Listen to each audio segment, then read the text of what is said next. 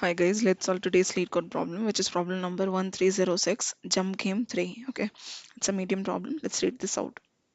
Given an array of non-negative integers array, you are initially positioned at a start index of the array. When you are at index I, you can jump to I plus array of I or I minus array of I. Check if you can reach any index with value 0. Notice that you cannot jump outside of the array at any time. Okay, so we are given this starting index. We have to start with that index, and at any point we can jump to I plus array of I or I minus array of I, and both of these indexes being within the bound. Okay, cannot jump outside. And at any point of time, if we are able to reach index with value 0, then we can return true. Otherwise we have to return false. So if example this one, if we see, so we started with index 5, so it is 0 1 2 3 5. So we started with this index. So from 3 we can go to either this index 4 or this index 6. Okay, so if we go to, so we started with index 5, if we go to index 4, basically from here we went this. So from here we can go to plus 3 or minus 3, right? With this value, index of this I minus plus 3 and minus 3. So 4 plus 3 would be outside of this index, so we won't go there, and 4 minus 3 will reach here. So at index 1, here value is 2. So from here again we can go to plus 2. So plus 2 would be this index, that is index 3. And if we go to there, we found this, right? We found this index with value 0. So from here we can return true. Also, if we explode the other path starting with this, right, we explode this one and then further. With that also we were able to reach index 3. So with basically exploring any of the paths starting from the start index, if we are able to reach index with value 0, we have to return true. If we check this example, so we started with index 2, okay, here, and if we go plus 2 here, so here we will be, from here plus 2 will be this, minus 2 will be this. So we can go to these two places. Now from here, minus 3 is not possible. Plus 3 if I do, I'll go here. Okay. So from here, it's 1, right? So I have to do plus 1 or minus 1. So with plus 1, I'll reach again to this value, and I mean minus 1, and with plus 1, I'll reach to this value. Okay, so from here, if we do minus 2, we will again reach to this value. So this is nothing but keep on cycling between these indexes only. Okay, basically this one, this one, this one, and this one. And we never reach this index 0, index with value 0. Okay, so there is no way to reach this index 1 with value 0. So that is why we returned false. Okay, and so we are going to cover two approaches here. One is BFS, another is DFS. In general, BFS is quite straightforward, but DFS is something sort of recursion that comes in my mind, that I'll explore all possible paths. And then in general, in a recursion problem, we memorize it with DP.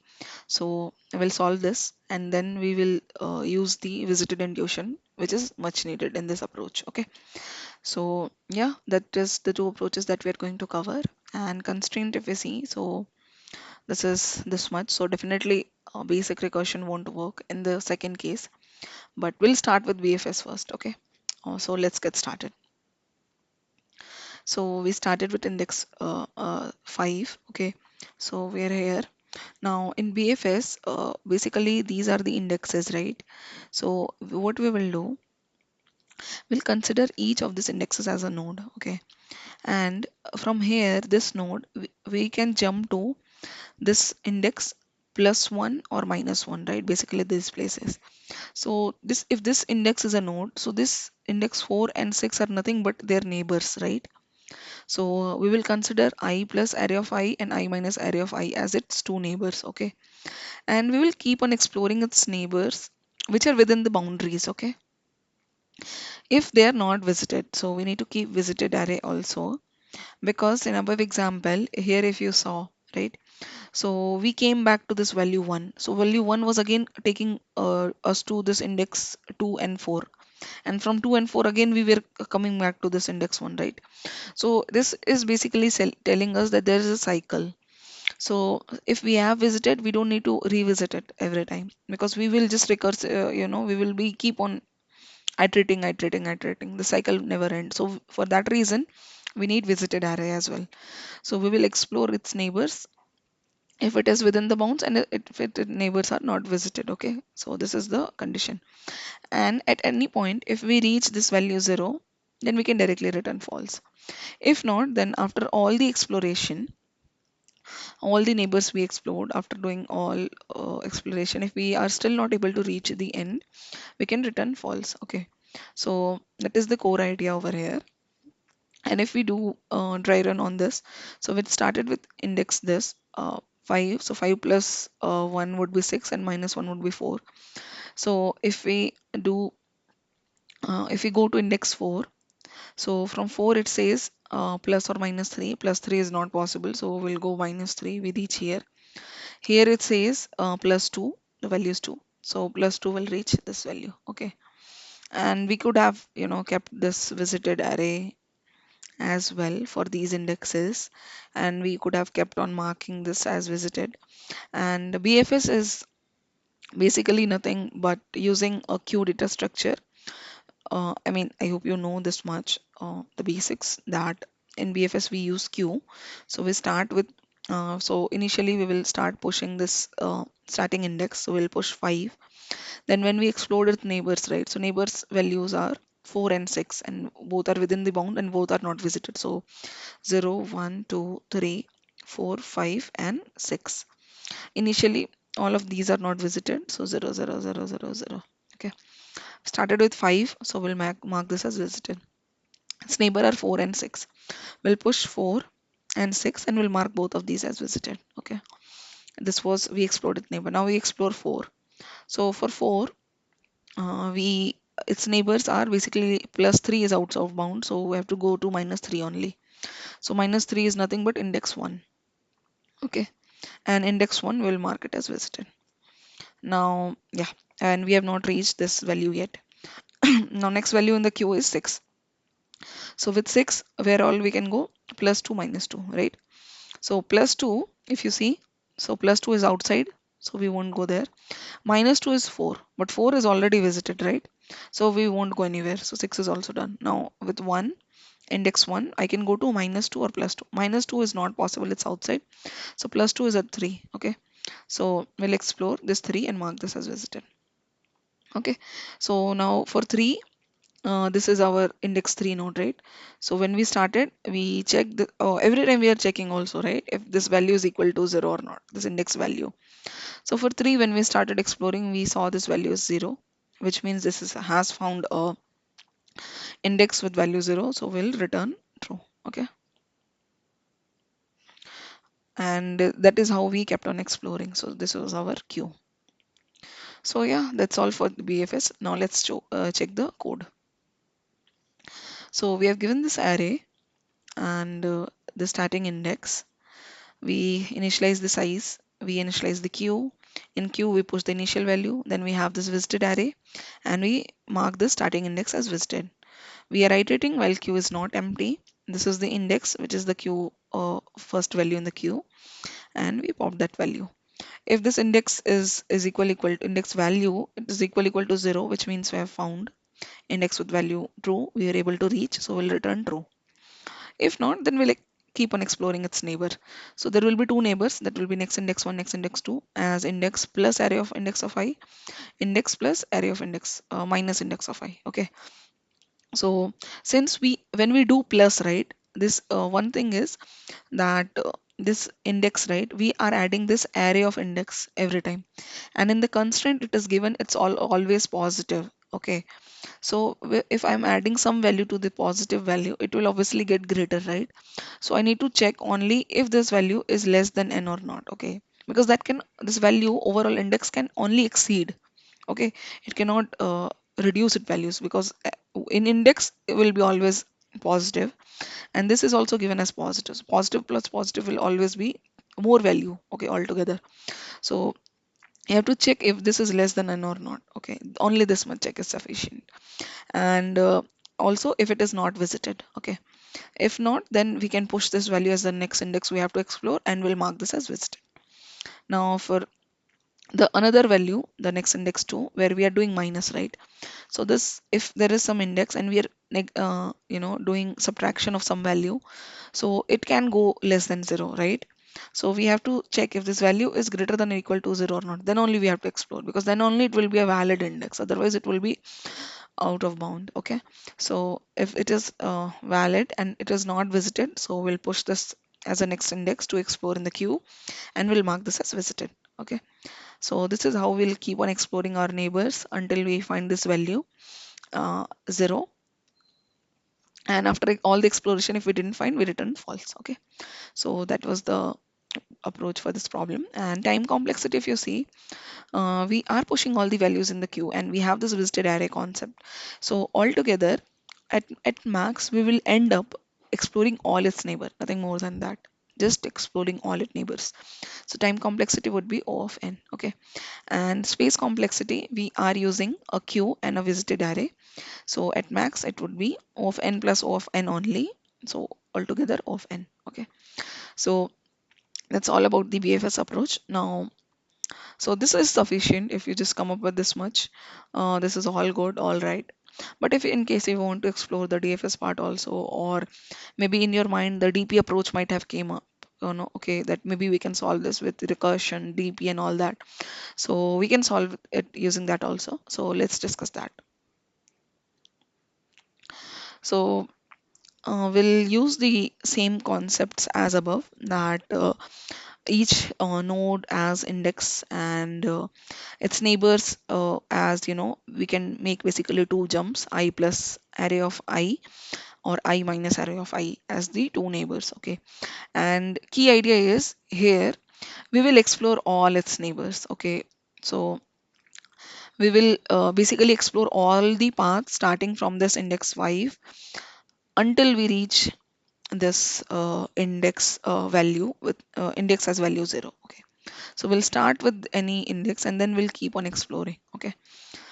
Now we explore everything from starting index, and there can be multiple paths that can lead to the same index. So let's do this part first. So we started with index 5. Okay. So now index 5 has two possibilities, plus 1 minus 1. So we started with 5, let's say. From 5 we can go to 4 and 6. Okay. But since it's a DFS, we'll explore 4 first. So from 4, I can go plus 3 or minus 3. Okay. So plus 3 will return me false, saying it's not possible. And minus 3 if I do, so I'll reach this index 1. So from here, it's index 1.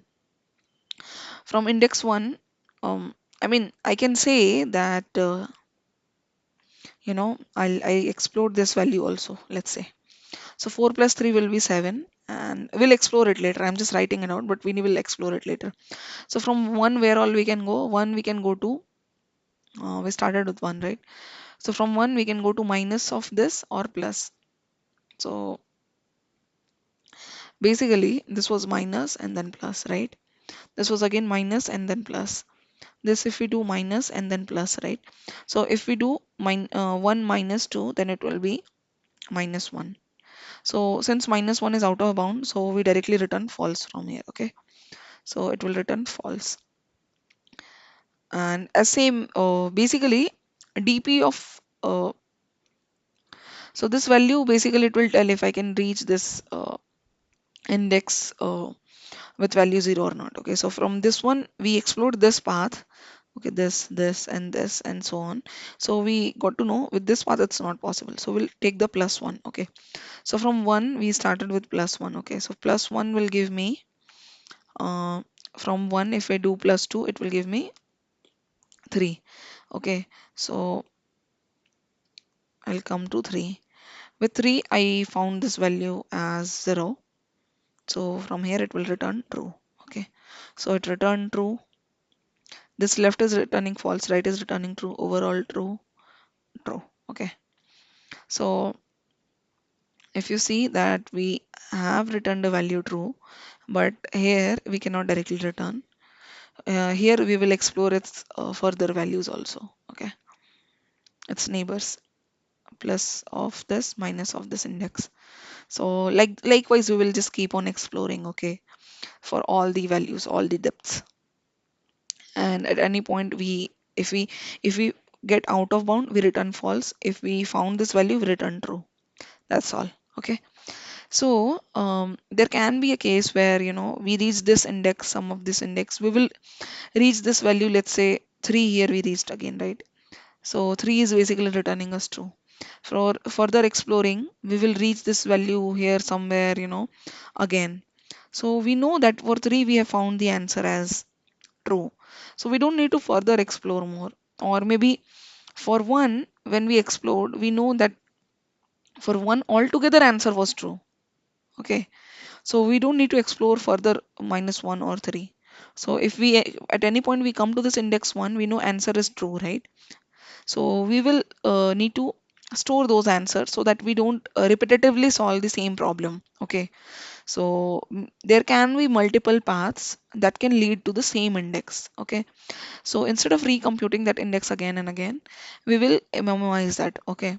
So memoization will do have a DP, which will basically tell me if I can, reach this index I uh, with value 0 or not.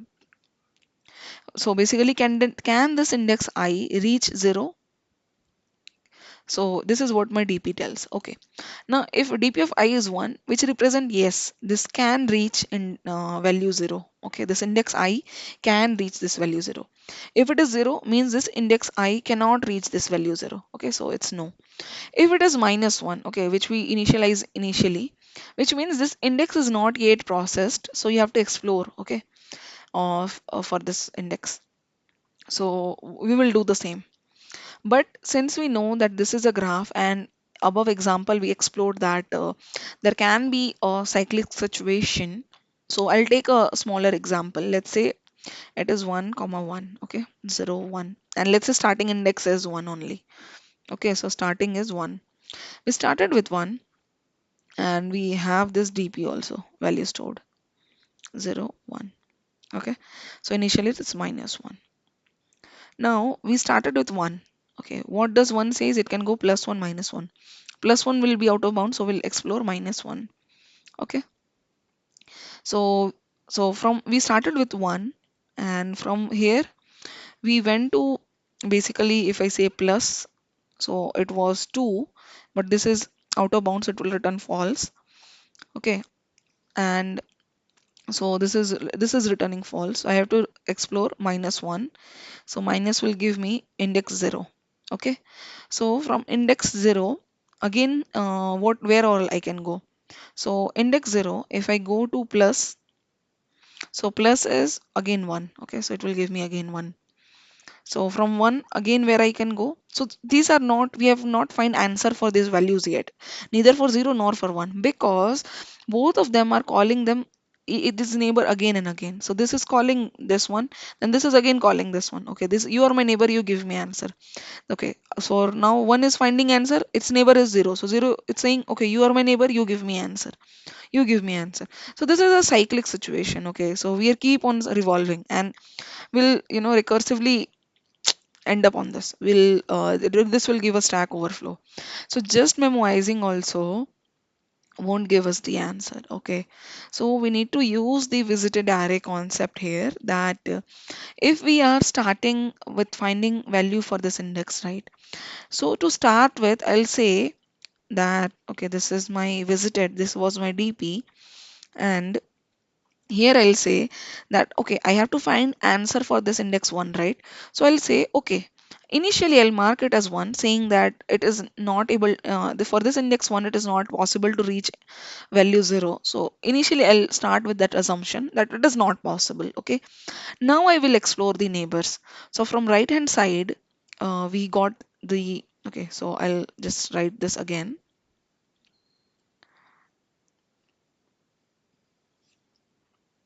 So it is 0 1 and sorry, 1 and 1, index 0 and 1. Okay, starting is 1. So we started with 1. Now to start with, I said right that 1 is there, and I'll mark this as visited as 0. Okay, that it is not possible. but I'll explore it neighbor. So it is plus and minus. So with plus, I know it's out of bound, which will be 2, but it is like false. Okay. Now for minus, what is the neighbor? So with minus, it comes to 0. Okay.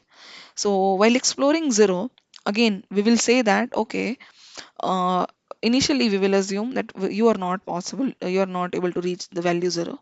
So we'll mark this as 0. Okay. Now for 0, we will explore its neighbor. So when we explored, so so the, my bad, sorry, we will not take another DP visited array. We will use the same one. Okay. So we will use the same one because we initialize these three values, right? 1 being yes, 0 being no, and minus 1 being not processed yet. Okay. So we will mark this as 0. Okay. And we mark this one as also 0. Now with 0, its neighbors are, if we do plus 1 and minus 1. So plus, sorry, plus and minus only. The values will be the arrays, right? So if we do plus with this current index, so it will be again 1. And if we see 1, right? So 1 already store the value 0. Okay, which means it is already explored. So we don't need to, go further. So it will return false. Okay. Now for 0 with minus, it is out of bound. Okay, it will give me minus 1. Out of bound, it will return false. So it will give me false. Both are returning false. For this also answer will be false. So for 0, we explored all the neighbors. Initially, we assumed that this is 0. But after exploring the neighbors also, we also got to know that this was 0. So we mark this as false. Okay. So that is how we will do. In this example, this was not possible. So for that reason, after exploring everything, it was always false. Okay. But in other cases, we will get help from this cyclic situation using this visited array concept here. Okay. So yeah, that is all for this one. I hope you understood. Now let's check the code for this. So we initialize this value n, I mean have this value n and the dp, and okay, so I have not returned the main function call. So whatever our function would be there. Okay, so there we will initialize this dp. So dp dot resize with value n, and values are as -1, and this n will be nothing but array dot size. Okay, and then we will make this recursion call. Okay, so we will return this recursion call, whatever array and starting value, and this function would be a boolean function which will hold array and starting value. Okay, so this was the calling function, and here dp and the value n will be initialized, and it is calling this recursion. Okay, so this is our main function. So here this is out of bound check. Okay, if it is less than 0 or greater than equal to n, will return false. And here if we are checking if this array of I is equal to 0, which means we are able to reach value 0 with this index I, so we'll return true. Okay, now we will mark this, we'll have this memoization. This is nothing but memoization. Okay, if dp of I is not equal to -1, which means we already know answer for this, right? So we don't need to further go and find the answer. So this will return dp of I. Okay, that we already have answer for this, no need to further explore.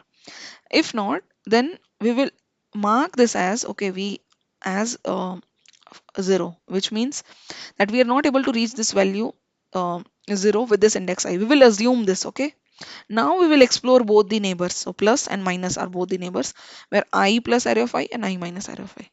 After exploring, if any of these, so plus or minus, okay, if any of this value gave me that, okay, it was possible, it basically any of this gave me true, so I will return true. Okay, and the same value I will store in the dp. So this was memoization. Okay, so yeah, that is what I'm doing. And at the end, initially we assumed as it is not possible, but if any of this neighbor gave me that it is possible, so I'm marking that as true. Okay, so this is we are returning and we are storing the dp as well. So yeah, that's all for this approach also. And do since we are memoizing this, which means at max we will end up exploring all the nodes, okay, at max. So it will be O of n only, okay. And space complexity, so we have used this DP array, and there is definitely a recursion stack space that, but recursion stack space can also be at max 1, sorry, at max O n only, because we are having this visited concept and this DP array, right? At max, we will explore I mean, number of nodes only. So recursion stack space also cannot be greater than n. So altogether, space complexity will also be O of n. Okay. So yeah, that's all for this approach. I hope you understood and like this video. Thank you for watching. Stay tuned for next videos.